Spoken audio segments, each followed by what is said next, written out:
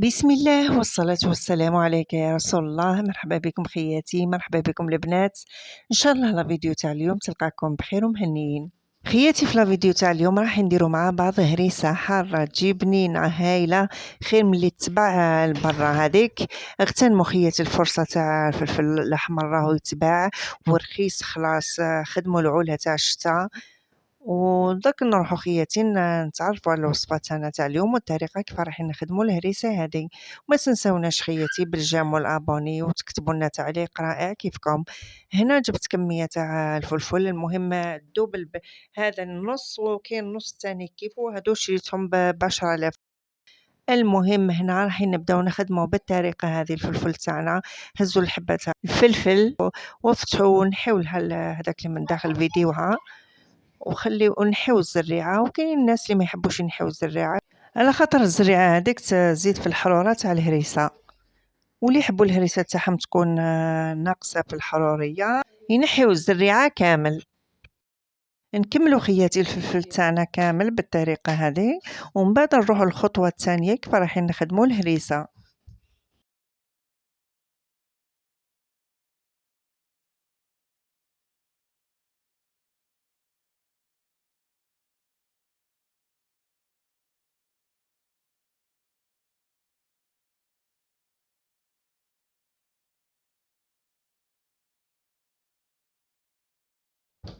وهذا هو خياتي الفلفل كامل بعد ما كملته، هذاك اللي وريت لكم ونص تاني كيفو نفس الكميه حطيته كامل هنا في الكسكاس، وزدت عليه فصوص تاع الثوم.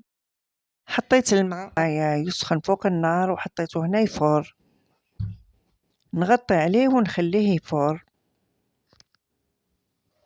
هنا خياتي بعد ما فاتت واحد الربع ساعة جيت حركته هكذا باه هذاك اللي لتحت يولي من فوق واللي من فوق يولي لتحت، مش الطبقة هذيك اللي من تحت طيب والاخرى ما طيبش مليح، طيب شوية برك. ونزيد نغطي عليه ونخليه يطيب. ودرك نوري لكم كيف تعرفوا باللي الفلفل تاعكم طاب وطفيو عليه. هنا خياتي يعني وليت بعد واحد النصف ساعة ولا شوية اكثر. شوفوا هنا كيف تعرفوا بلي طاب.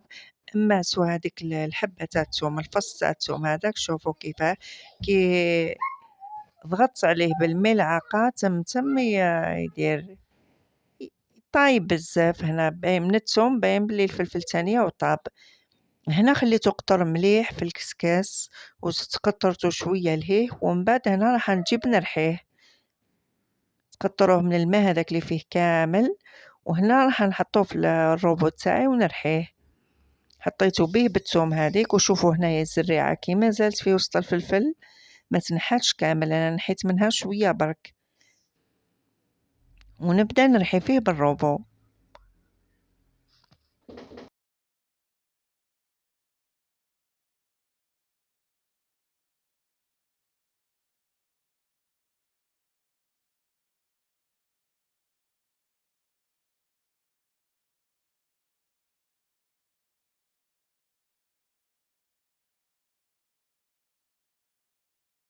وهنا حبست الروبوت تاعي، وشوفوا الشكل تاع الهريسة تاعنا كيفاه جات، تجي هايلة. هنا نروح الخطوة اللي بعد هذه، وهي نجيبوا الملح. هنا لازم تملحوه، الملح كمية تكون لاباس بها على خاطر الملح هذه هي المادة الحافظة اللي راح تحمي لنا الهريسة تاعنا وما تبقى مدة طويلة وما يصرى لها والو. نضيف له شوية تاع زيت الزيتون، وانتم اللي ما عندهاش زيت زيتون تحب تضيف له الزيت العادية تضيف، يعني من الأفضل تحطوا زيت زيتون أفضل من الزيت العادية هذيك. نخلط مليح، زدت شعلت على الروبوت تاعي وزدت تخلطهم مليح.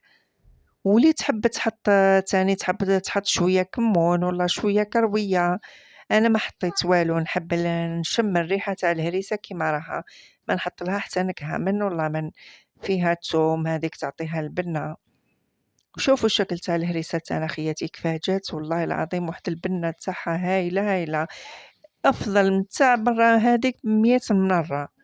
اخدموها خياتي، وهذه الوصفه سهله، اي وحده راح تقدر تخدم الهريسه بالطريقه هذه حتى ولو كانت مبتدئه عمرها ما خدمت.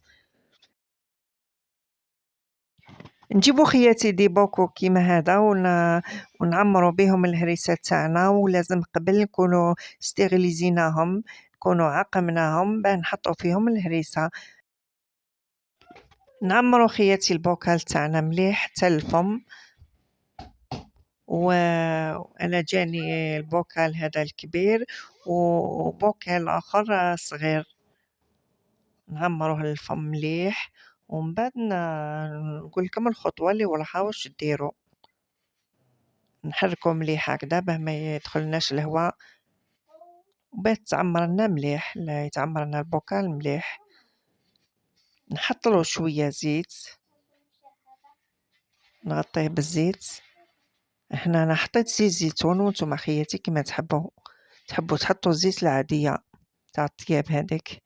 نغلق عليها مليح، نغلق على البوكال تاعي مليح، وهنا كي تخبيوه خياتي قلبوه باه الهواء هذاك اللي لداخل يخرج. وهذا هو الشكل خياتي النهائي تاع الهريسة تاعنا. كيفاه جات اللون تاعها احمر هايل هايل، والبنة ما عندي ما نقول لكم عليها. أخدموها خياتي بالطريقة هذه سهلة مهلة في متناول الجميع، والنتيجة النهائية تاعها روعة روعة. إلى اللقاء خياتي مع فيديو جديد إن شاء الله. سلام.